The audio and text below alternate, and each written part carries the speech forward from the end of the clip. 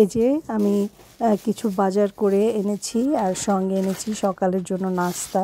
আমাদের স্কুল এখন বন্ধ, একটু দেরি করে ঘুম থেকে উঠলাম। আর আজকে ঘুম থেকে উঠলাম হচ্ছে আমার খুবই ক্লোজ একজন দিদি ফোন করেছেন, উনি আমার জন্য কিছু মাছ কিনে রেখেছে, তো সেই মাছটা আনতে গিয়েছিলাম তার বাসায়। অ্যান্ড আসার পথে আমি আবার এই সবজিগুলো বাজার নিয়ে আসছি, সঙ্গে কিছু মাছও কিনেছি। তো আমি পেঁয়াজের কলি এনেছি, তারপরে কি বলে এটা, ধনিয়া পাতা এনেছি। আর আনলাম হচ্ছে, এটা আমাদের পাড়া মহল্লার বাজার, এখানে রাস্তার পাশে বসে প্রতিদিন। তো এই মাছটা তেলাপিয়া মাছ 3টা জ্যান্ত ছিল, তো আমি 3টা তেলাপিয়া মাছ এনেছি। আসলে একটু সবজি খেতে মাছ লাগেই, আর এই মাছগুলো যেহেতু একটু কম কাটা, বাচ্চাদেরকে দিতে পারি।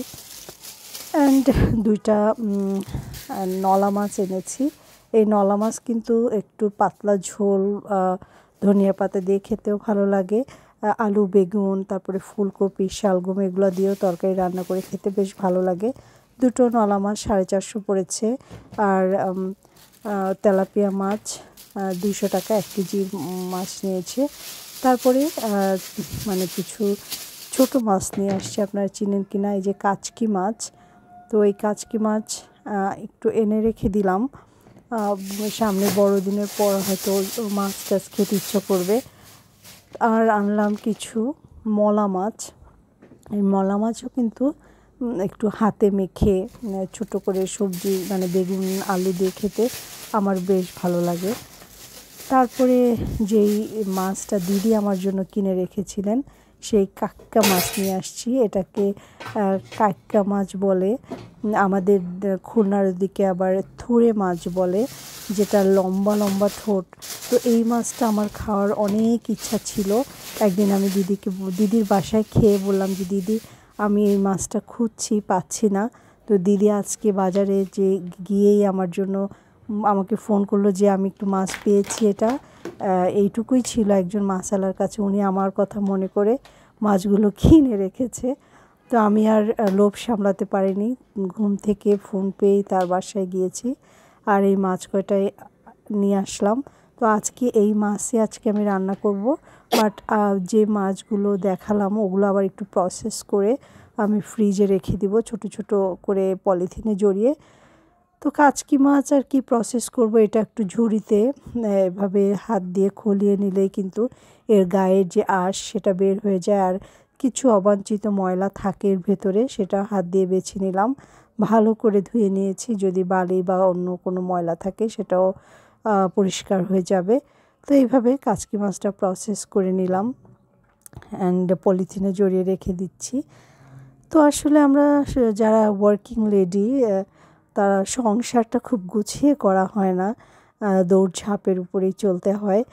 তারপরে এই যে ছোট মাছ, এটা তো খাওয়াই হয় না একদম।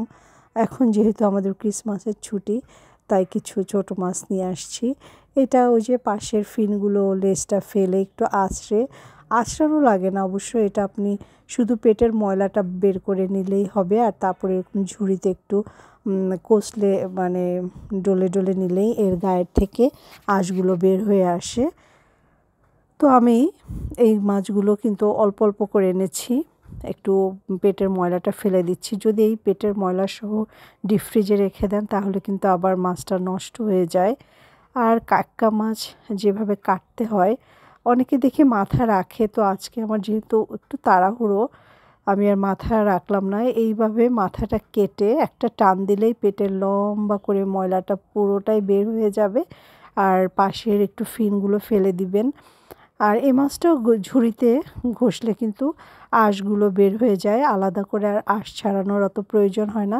তারপরে আমি একটু বটি দিয়ে একটু আঁচড়ে নিলাম, লেজটা ফেলে দিয়েছি। আমার মাকে দেখতাম এই মাছগুলো একটু বড় বড় করে রান্না করে, কিন্তু আমি আজকে খুবই ছোট ছোট করে এক আঙ্গুলের হাফ আঙ্গুল করে, এই যে ছোট ছোট করে আমি কেটে নেব। এই মাছটাকে আমি 3টা ফালি করব। এতে করে আমার ভালো লাগে, বেশি বড় করে যদি এই মাছটা কাটা হয় তাহলে কিন্তু মাছটা একদম মাঝখানে ফেটে যায়। তো আমি এই যে ছোট ছোট করেছি যাতে প্রত্যেকটা বাইটে আমি ধরেন একটা মাছ মুখে একবারে পুরে নেওয়া যায়। অথবা একটু বেছেও খাওয়া যায়। তো ভালো করে এভাবে ঝুড়ির সঙ্গে মানে ডলে নিলেই কিন্তু এর গায়ের ময়লাটা বের হয়ে যাবে। তো দেখুন কি সুন্দর করে মাছগুলো আমি বেছে নিয়েছি। আর আজকে এই মাছের রেসিপিটাই আমি করব। তো এটার জন্য আলাদা একটা মানে আমার রেসিপি থাকবে, আপনারা দেখে নিতে পারেন। আমি খুবই সুন্দর করে এই রেসিপিটা করি এবং আমার দেখা থুরে মাছের যত রেসিপি আছে এটা হচ্ছে one of the best recipe. এটা খেতে যে এত মজা লাগে। আর এই রেসিপিটাও আমার সেই পছন্দের সুফলা দিদির কাছ থেকে শেখা। তার বাসায় গিয়ে একদিন খেয়ে আমি মুগ্ধ হয়ে গিয়েছি। আর আজকে উনি আমার জন্য মাছ কিনে রেখেছেন। এই তো আজকে বিদায় নিচ্ছি। সবাই ভালো থাকবেন, সুস্থ থাকবেন। নতুন ব্লগ ভিডিও দেখার আমন্ত্রণ রইল। সে পর্যন্ত গুড বাই।